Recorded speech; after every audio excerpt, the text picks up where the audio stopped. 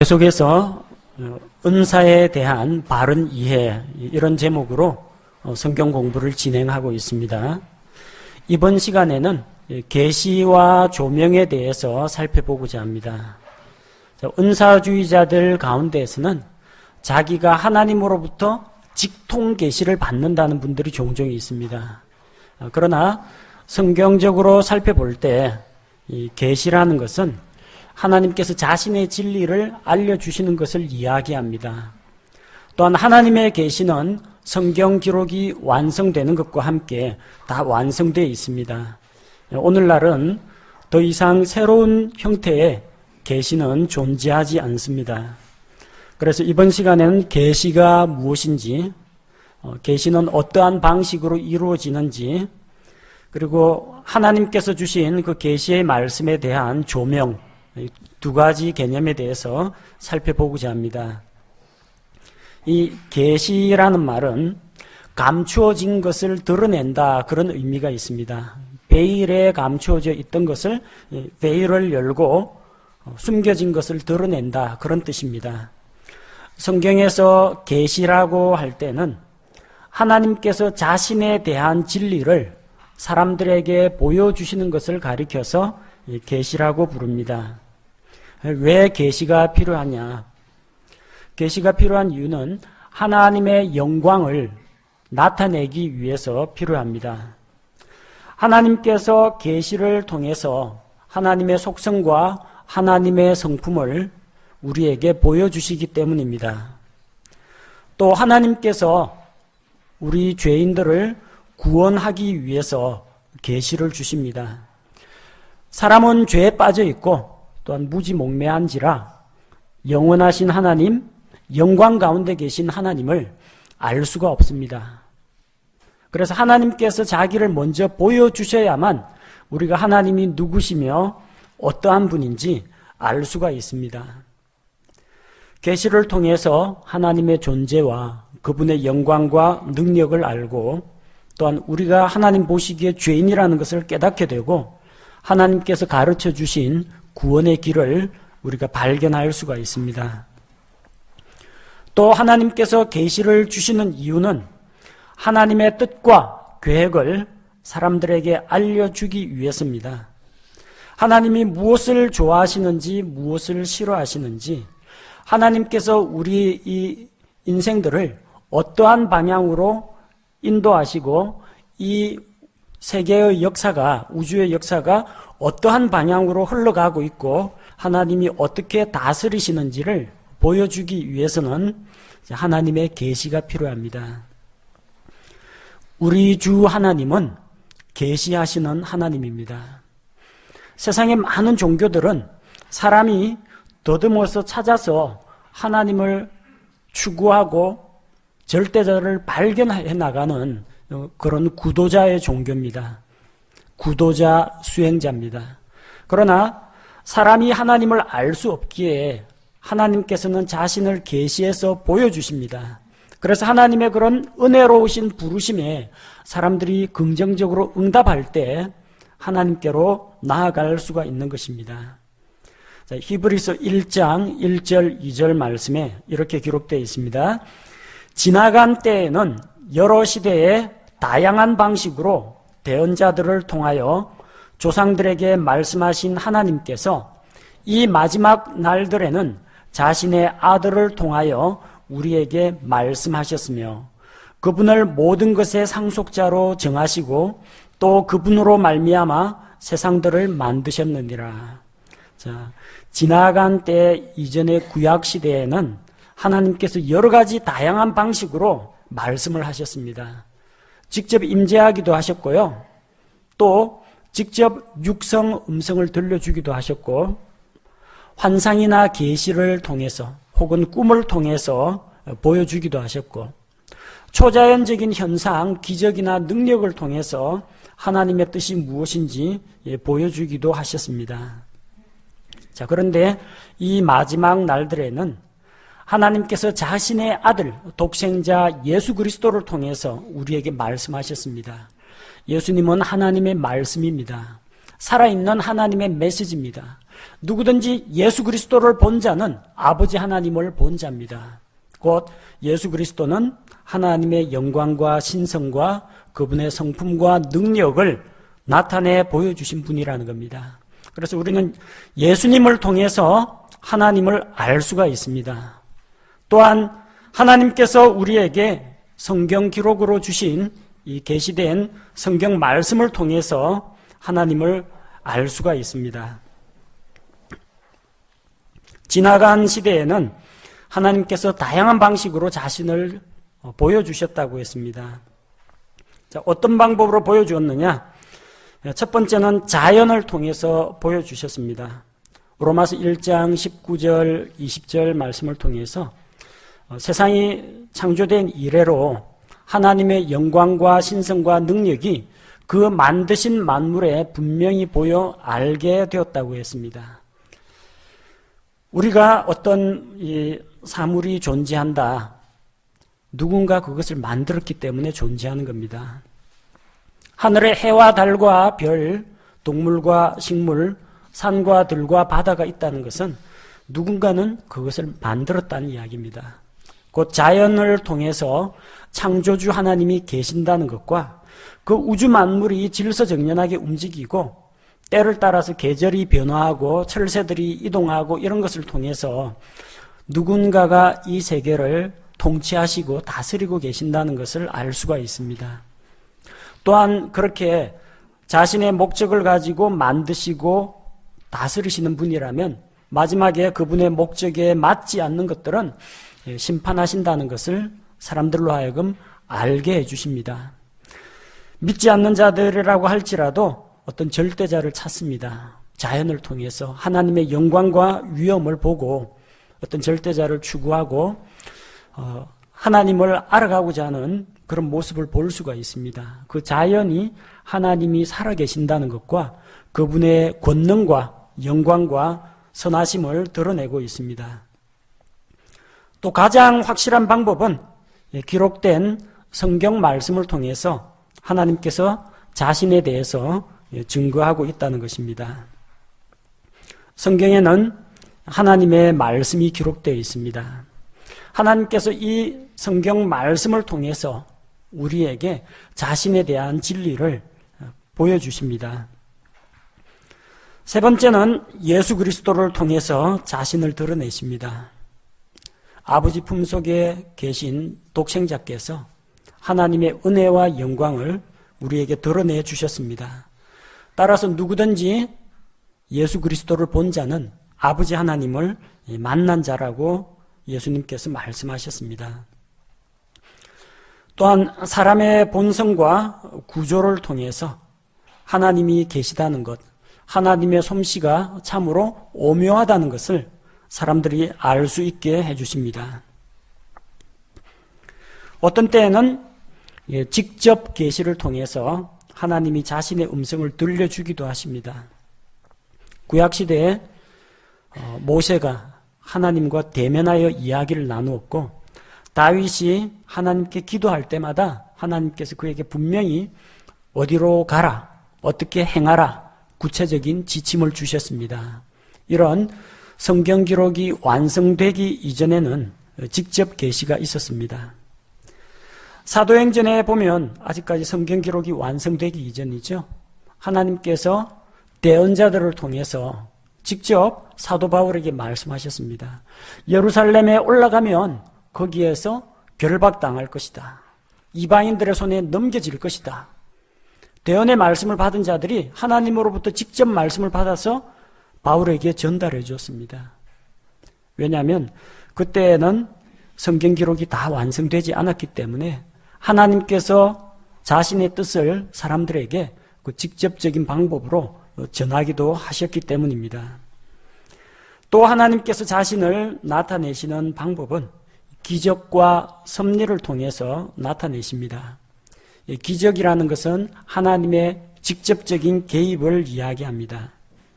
반면에 섭리라는 것은 사람과 환경을 하나님께서 그분이 원하시는 뜻대로 이끌어 나가시는 간접적인 방법을 섭리라고 이야기합니다. 그래서 기적은 보통 일상적이고 정상적인 자연 현상하고는 다른 방식으로 일어납니다. 사람이 죽으면 자연 상태에서 다시 살 수는 없습니다.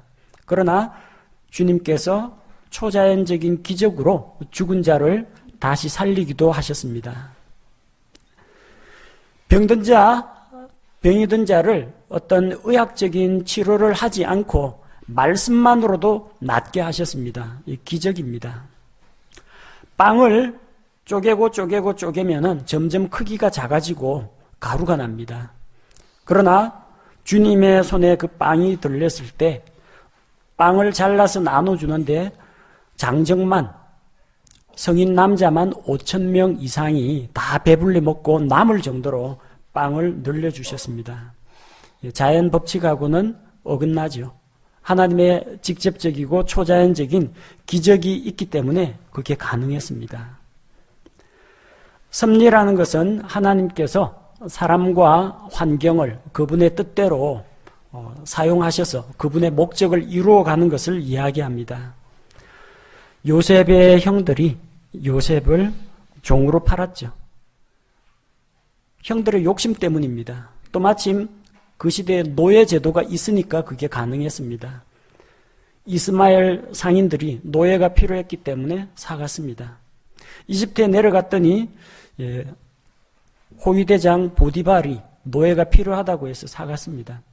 전부 사람들의 이해관계가 얽혀가지고 그 시대의 문화와 풍습과 제도가 얽혀가지고 요셉은 보디발의 집에까지 들어갔습니다.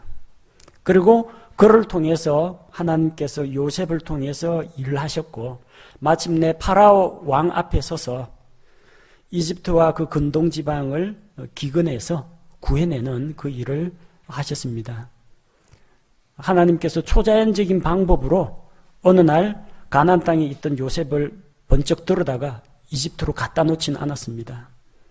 하나님께서는 이런 재반 환경이 다 맞물려 돌아가는 와중에서 모든 것이 합력하여 선을 이루는 방향으로 그런 환경과 사람들을 사용하신 것입니다. 자, 그런 섭리를 통해서도 하나님이 계시다는 것, 선하신 하나님, 보이지 않는 하나님의 손길, 이를 통해서 자신을 드러내십니다. 기적하고 섭리는 잘 구분하시기 바랍니다. 하나님께서 세상을 창조하신 것은 무에서 유를 창조하신 하나님의 기적입니다. 그러나 이 우주 만물이 질서정연하게 천체가 운행을 하고 있고 계절이 변화가 고 있고 물이 순환하고 있고 바람이 불고 태풍이 일어나고 이런 모든 것들은 그때그때마다 하나님께서 그때그때마다 기적적인 방법으로 관리하시는 것이 아니라 하나님이 만드신 자연의 법칙을 통해서 이런 모든 우주 만물이 그분의 뜻대로 움직이도록 하나님께서 만들어 놓으셨습니다. 그래서 그분께서는 그런 섭리를 통해서 다스리고 계십니다. 사람들에게 하나님의 말씀을 이 성경 기록으로 주시는 과정은 기적입니다. 인간이 어떻게 하나님의 말씀을 들을 수가 있겠습니까? 또 어떻게 인간이 하나님께서 주시는 자기가 보지도 못한 창세기의 이야기까지 다 적을 수 있겠습니까? 기적적으로 하나님께서 말씀을 주셔야만 가능합니다. 아직 오지도 않은 저 먼 미래의 일들, 환란기와 천년왕국과 그 뒤에 이어질 영원한 세계에 대해서 성경 기록자가 어떻게 알겠습니까? 하나님이 기적적인 방법으로 자신의 진리를 보여주시기 때문에 가능한 것입니다. 반면에 성경 기록의 보존은 하나님의 섭리 가운데서 이루어졌습니다. 기적적인 방법으로 보존하신 게 아닙니다. 기적적인 방법으로 보존하시려면요, 하나님께서 최초의 성경 기록자들이 기록한 파피루스라든지 두루마리가 절대로 썩지도 않고 부서지지도 않고 글자가 희미해지지도 않고 불에 넣어도 불에 타지도 않도록 초자연적인 기적적인 방법으로 보존하셔야 됩니다. 그런 게 아니죠. 두루마리가 날 곳이 하면은 필사가들이 새로 옮겨 적습니다. 그걸 없애려고 하는 수많은 악한 영적인 세력들이 성경을 불태웠습니다. 성경에 불타게 내버려 두셨습니다. 그럼에도 불구하고 하나님은 여러 성경 신자들을 통해서 자신의 말씀을 보존하셨고 인쇄술의 발명과 또 그 당시에 국제사회 내에서 대영 제국의 그런 지위와 영향력을 이용해서 자신의 말씀을 보존하시고 보급하는 일을 하셨습니다. 예수 그리스도 십자가의 죽으심은 하나님의 섭리 가운데에서 이루어졌습니다. 종교 지도자들이 예수님을 미워하고 가룟 유다가 배반을 하고 이런 여러 가지 조건들이 맞물려 가지고 예수님이 팔려 넘어갔고 그분을 받아들이지 않는 강팍한 마음의 유대인들로 인해서 그분은 십자가 형틀에 넘겨졌습니다. 그러나 그분이 죽음을 이기고 부활하신 것은 하나님의 기적입니다. 하나님께서는 그렇게 기적을 통해서 역사하기도 하시고 섭리를 통해서 역사하기도 하십니다. 구약시대 기드온은 내가 과연 미디안 족속과 싸워서 이길 수 있을까 없을까 확신이 없었습니다. 그래서 하나님께 증거를 요구했죠. 양털을 가지고 한 번은 이게 양털만 이슬이 내리고 온 지면은 마르게, 한 번은 반대로 온 지면은 다 젖어 있는데 양털만 뽀송뽀송하게, 도저히 일어날 수 없는 그런 일들이 일어났죠. 그래서 이것이 하나님의 뜻이구나 하고 하나님의 기적적인 증거를 통해서 하나님의 뜻이 무엇인지 분별했습니다. 또 하나님께서 자신을 계시하는 방법은 자기 백성들의 삶을 통해서 계시하십니다. 하나님은 눈에 보이지 않습니다. 그래서 불신자들 보고 하나님 믿으라라고 하면은 뭘 믿어야 할지 모릅니다. 물론 성경 말씀을 통해서 증거하기도 하지만 믿는 자들의 삶이 증거합니다. 마태복음 5장 16절 말씀처럼 우리의 선한 행실, 착한 행실을 보고 다른 사람들이 우리가 믿고 있는 하나님께 영광을 돌린다고 했습니다. 우리 삶의 간증을 통해서 하나님이 어떠한 분인지 나타낼 수가 있습니다. 자, 이렇게 7가지 방식이 있는데 크게 2가지로 나누면 2가지 종류의 계시가 있습니다. 하나님께서 사람들에게 자신을 계시하시는 2가지 계시. 하나는 자연 계시 혹은 일반 계시라고 부르고 하나는 특별 계시 혹은 말씀 계시라고 부릅니다. 일반 계시라는 것은 하나님의 창조 세계를 통해서 하나님이 계시다는 사실, 또 그 하나님의 능력, 지혜, 영광, 신성을 드러내시는 방법입니다. 이 세상이 창조된 이래로 지금까지 모든 시대, 모든 지역에 있는 사람들에게 하나님께서 이 자연 계시를 다 주셨습니다. 그래서 시편 기자와 같이 주의 손가락으로 지으신 주의 하늘과 주께서 베풀어 두신 하늘에 있는 달과 별들을 묵상하다 보면 이 인간이란 존재가 얼마나 미약한 존재인지, 주께서 어찌 우리와 같은 인간에게 이 큰 은혜를 베푸시는지, 하나님의 영광이 얼마나 위대하고 아름다운지를 발견하게 됩니다. 자연을 관찰하다 보면은 하나님의 존재를 깨닫게 됩니다. 수많은 믿지 않는 불신자 과학자들도 그 우주의 장엄함과 그 질서를 보고는 하나님께 무릎을 꿇은 그런 사례들이 많이 있습니다. 또 사람의 내면이 증거가 됩니다. 하나님께서 하나님을 알만한 것을 우리 안에 주셨다고 했습니다. 우리의 양심이 증거하고 있습니다. 세계 어느 나라 어느 민족에 가더라도 절대자를 찾고자 하는 그런 종교가 있고, 또 사람이 죽은 다음에 절대자 앞에 불려가서 심판을 받을 것을 믿고 내세를 준비하는 그런 가르침들이 각 종교마다 다 있습니다. 비록 사람의 지식이 어두워지고 눈이 가려져서 하나님을 보지 못하고 우상숭배에 빠지긴 합니다만, 사람에게도 그런 것들을, 영적인 것들, 보이지 않는 절대자를 추구하는 그런 마음이 사람들 속에 있다는 것입니다. 그래서 우리 양심의 소리에 귀를 기울일 때, 또 하나님께서 만드신 자연 만물을 통해 하나님을 알 수가 있습니다. 하나님이 계시다는 것과 그분이 영광스럽게 아름답게 창조하셨다는 것과 그분의 권능과 신성이 그 만드신 만물 가운데 드러나 있습니다. 다만 이 일반 계시만으로는 하나님의 도덕적인 성품이나 죄의 문제, 구원의 길까지는 알 수가 없습니다. 하지만 하나님께서 보여주신 이런 일반 계시에 순종하고 귀를 기울이면 하나님께서는 더 밝은 빛을 사람들에게 비춰주십니다. 예를 들자면은 구약시대 나만 장군, 모세의 율법에 대해서 들어본 적이 없습니다. 그가 아는 거는 이스라엘에서 사로잡혀온 조그만한 그 꼬마 계집종이 우리 주인님이 이스라엘에 있는 대언자 앞에 있었으면 이 나병, 문둥병을 고쳤을 텐데, 그 간단한 던진 그 말 한마디 붙잡고 이스라엘까지 찾아왔어요. 그 가서 엘리사 대언자 만났습니다. 요르단강에 들어가서 7번 씻으라고 하는데 처음에는 화를 내다가 그보다 더한 거 시켜도 지금 해야 될 판인데 벌거벗고 들어가서 목욕하는 건 어려운 일 아니거든요. 순종함으로 씻고 나왔더니 나았습니다. 병만 고쳤습니까? 이제야 내가 하나님은 이스라엘의 주 여호와 하나님이 진짜 하나님이신 줄 이제는 알겠다. 앞으로 절대 우상 숭배하지 않겠다. 제물을 드릴 때 항상 희생 제물은 하나님께만 드리겠다. 나만 그렇게 해서 하나님을 만났습니다. 그 희미한 메시지, 이스라엘에 하나님의 대언자가 있는데 그거 하나 붙잡고 왔는데 병도 고치고 하나님도 만났습니다. 신약시대에 누가 있습니까? 고넬료. 고넬료는 로마 백부장인데 모세의 율법이니 아브라함 언약이니 도통 모릅니다.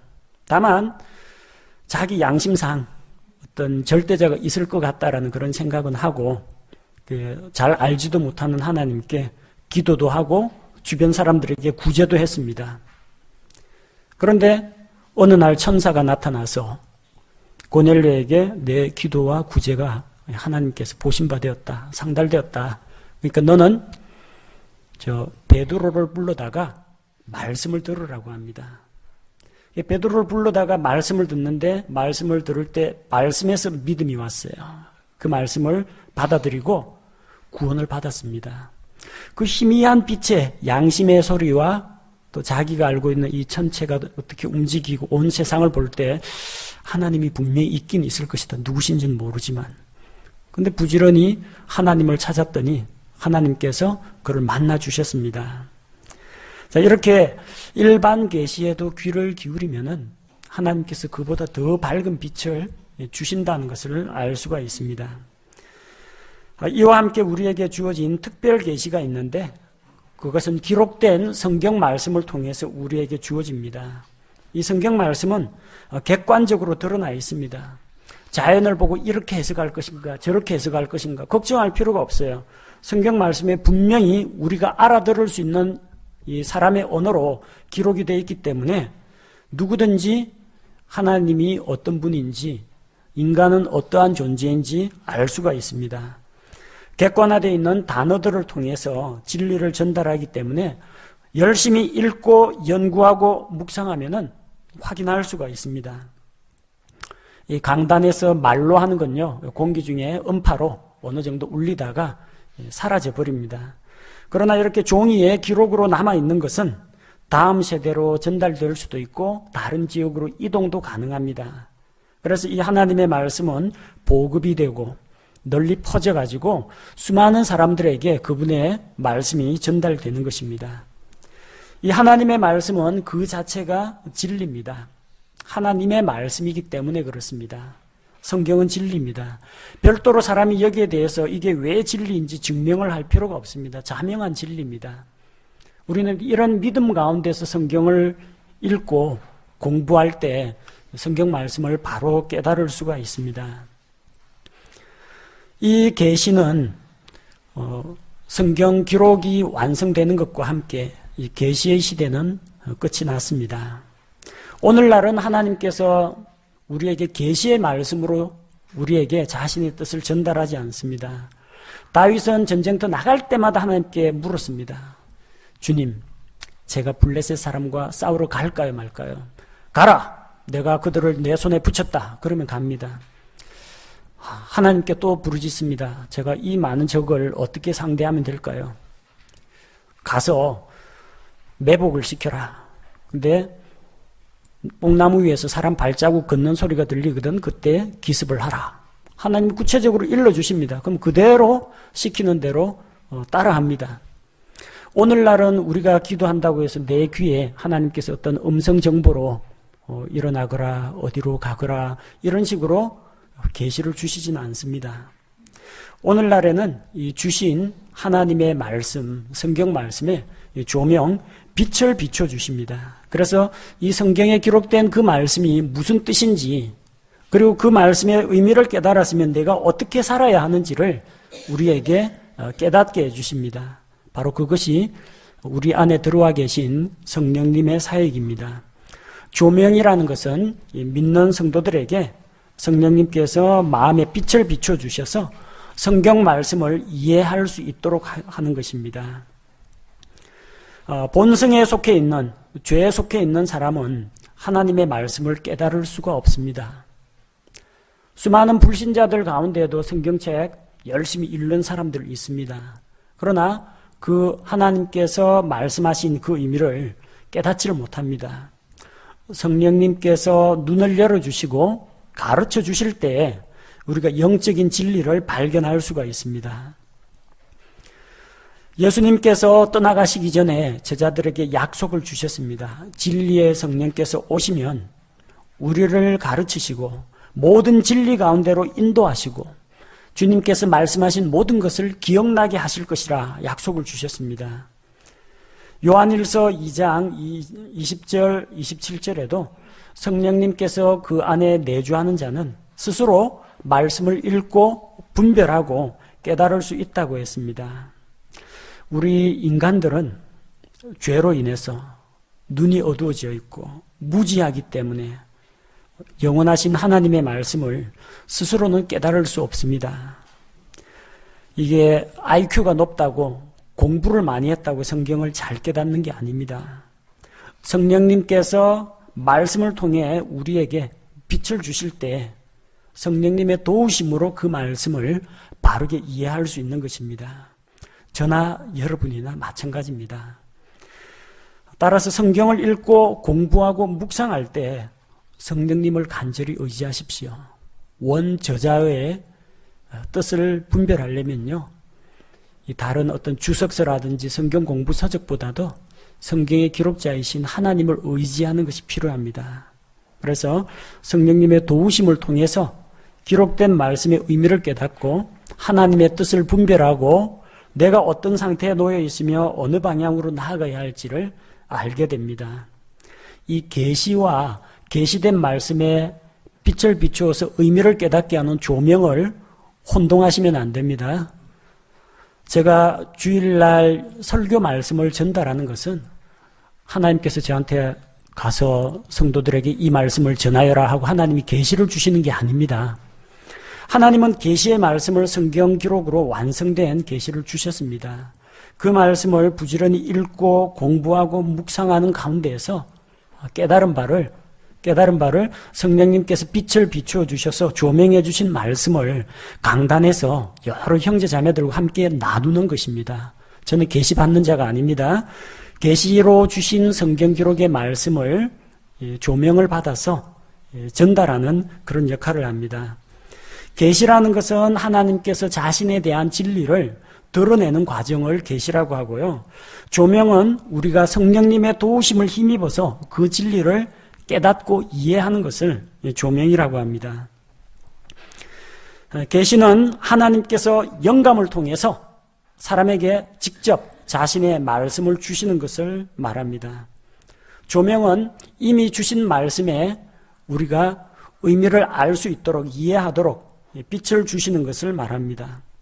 신구약 성경 66권이 모두 완성된 지금은 더 이상 새로운 계시가 없습니다. 그러나 조명은 지금도 우리 모든 성도들에게 여전히 필요하고 조명은 계속되고 있습니다. 계시에 대해서 바로 이해하시기 바랍니다. 계시는 하나님께서 자신에 대한 진리를 드러내시는 것을 계시라고 합니다. 누가 계시 받았다 함부로 믿지 마시기 바랍니다. 어떤 교회에서는 목사님이 강단에서 그렇게 설교했다고 합니다. 우리 교회 짓는데 몇십억이 들었는데 하나님께서 계시를 주셨는데 장로급은 전부 1억씩 내고 집사급은 1,000만 원씩 내라고 계시를 주셨다고 합니다. 이건 계시가 아닙니다. 왜 그렇습니까? 하나님의 진리하고는 아무 관계없는 거예요. 돈 내라는 이야기가 무슨 하나님의 진리입니까? 하나님은 선하시고 의로우시고 구원자시고 이런 말씀 그 계시는 성경 기록에 다 나와 있는 것인데 이런 말이라든지 하나님께서 아무개 군은 무슨 학과에 지원하라고 했다. 동남쪽으로 가면 귀인이 올 것이다. 온열에 물가에 가지 마라. 이거 마귀 씨나라 까먹는 그런 소리지 이게 무슨 계시입니까? 사람의 길흉 화복을 점치는 것은 계시가 아닙니다. 계시라는 것은 하나님에게 속한 하나님의 진리를 인간이 어떤 존재인지, 하나님은 어떤 분인지, 어떻게 하면 구원을 받는지, 하나님이 인류 역사를 어떻게 이끌어 가시는지 하나님의 진리를 드러내는 것이 계시입니다. 계시 받았다는 사람한테 기도 받고 계시 받았다는 사람한테 자문 구하고 그런 거 하시면 안 됩니다.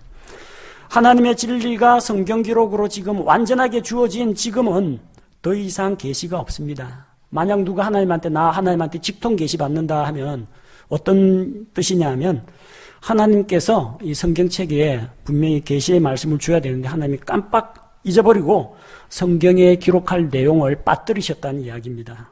즉 우리가 가지고 있는 이 성경 말씀이 불완전하다는 이야기입니다. 불완전하니까 하나님이 추가 계시를 계속 줘야 되는 거예요. 그리고 그 말은 앞으로 이 성경 내용이 어떻게 추가되고 어떻게 변할지 모른다는 이야기하고 똑같습니다. 그것은 하나님께서 자신의 진리를 성경 기록으로 주신 이 하나님의 계시, 말씀 계시, 그리고 하나님의 말씀, 이것을 완전히 무시하는 처사라고 할 수가 있습니다. 오늘날 직통 계시 받았다는 은사주의자들 들어 있습니다. 그런데 어땠습니까? 계시 받았다는 사람 지난 작년 12월에 있었죠. 한국에 전쟁이 일어난다라고 해가지고 근거 없는 소문 퍼뜨리고 그렇게 해서 사람들로부터 막 헌금도 거둬들이고 불안감, 위기감 조성했는데 그 어디 갔습니까 지금? 딱 꼬리 말아버리고 숨어버렸습니다. 전쟁이 난다 안 난다, 사람들의 운세가 어떻게 된다, 하나님의 진리하고는 아무런 관계 없습니다. 구약시대에는 그렇게 미래에 대한 예측을 하는 그런 대언자들이 있었습니다. 하나님이 그걸 허락을 했어요. 그래서 그 대언자가 한 말이 100% 그대로 이루어지면 그건 하나님이 보낸 대언자가 맞다, 믿을 만한 표적을 주셨습니다. 근데 지금 우리는 표적을 구하는 유대인들이 아닙니다. 그리고 지금은 대언자의 시대도 아닙니다. 만약에 누가 미래를 예언한다고 했는데 100% 맞지 않고 99개 맞고 1개라도 틀리면 그건 하나님으로부터 온 사람이 아닙니다. 거짓말하는 자입니다. 그리고 누구나 할 수 있는 뻔한 이야기하는 거, 그거 직통 계시 받은 거 아닙니다. 사람 듣기 좋은 말 지어내는 겁니다. 계시 받았다는 사람한테 다 가면은 하나님의 말씀이 이래다 하면서 이야기하는데 뻔한 이야기합니다. 조금만 더 참고 견디면 좋은 결과가 있을 것이다. 열심히 충성하면은 하나님께서 크게 들어 쓰실 것이다.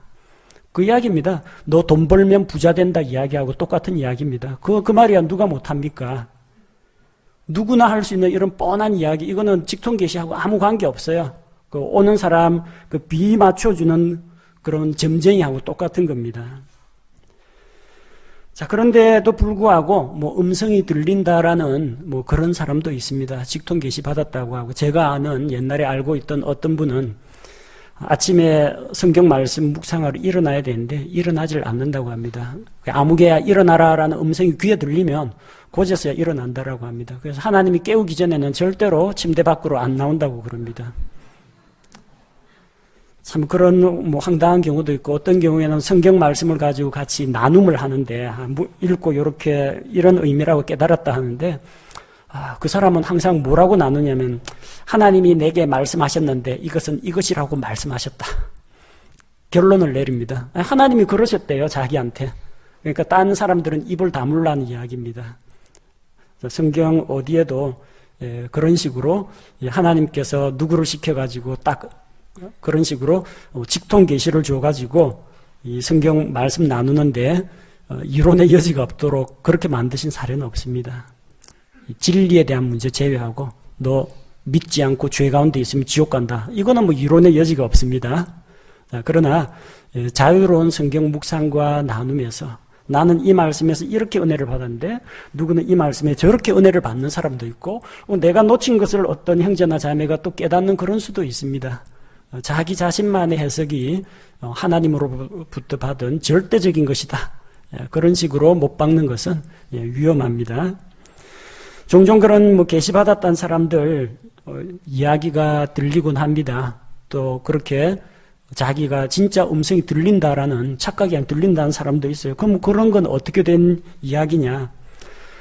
하나님께서는 어쨌든 지금 그런 방식으로 역사하지 않으십니다. 하나님이 능력이 없다는 이야기도 아니고요. 하나님이 음성으로 이야기를 못하신다는 이야기가 아니고 지금 이 시대에 성경 기록 계시가 완성된 지금은 그런 형식으로 일하지 않으신다는 겁니다. 근데 왜 그런 현상이 나타나느냐? 한 가지 가능성은 그 사람 자기 내면의 소리일 수가 있습니다. 자기 감정, 기분, 혹은 자기가 뭐 한 가지에 막 몰입해가지고 빠져 있으면요. 자기도 모르게 자기 희망사항에 의해서 마치 그게 누군가가 자기에게 이야기를 건네주는 것 같은 자기 내면의 소리일 수가 있습니다. 또 다른 한 가지는 하나님이 그렇게 말씀하시지 않으신다면 그 누구겠어요? 악한 영의 역사일 수도 있다는 겁니다. 마귀가 하나님의 영광을 가로채고 또 하나님의 사역을 방해하기 위해서 일부러 초자연적인 능력을 사용해서 사람들 귀에 그런 이상한 음성을 들려주는 그런 경우도 있습니다. 그러니까 뭐 어떤 자기 내면의 소리이건 악한 영의 역사이건 이런 것은 우리가 조심해야 되고 경계해야 합니다. 은사 받았다는 사람들 가운데 뭐 직통 계시의 은사 받았다라는 그런 분들이 있는데 이 성경 기록이 완성되기 이전 사도행전, 고린도전서 뭐 이런 시기에는 분명히 그런 것들이 있었습니다. 하나님께서 대언자들을 통해 직접 말씀을 주셨습니다. 자신의 뜻을 알려주기 위해서. 그러나 성경 기록이 완성된 지금은 직통 계시는 존재하지 않습니다. 남은 것은 무엇입니까? 기록된 말씀을 우리가 부지런히 읽고 묵상하고 나누기도 하고 공부도 하는 가운데에서 하나님이 무엇을 말씀하셨는가? 이것은 무슨 의미인가? 나는 이 말씀에 대해서 어떻게 반응할 것인가? 이렇게 성령님의 도우심을 받아서 그 의미를 깨닫고 그 말씀을 내 생활 가운데에서 적용하는 것이 우리에게 남아있는 과제입니다. 그래서 계시에 대해서 우리가 너무 신비주의에 빠진다라든지 계시와 조명을 분간 못한다라든지 계시라는 것을 마치 인생의 길흉화복과 미래의 일을 알아맞히는 것 이런 것으로 오해하는 일이 없기를 바랍니다. 제가 기도하겠습니다.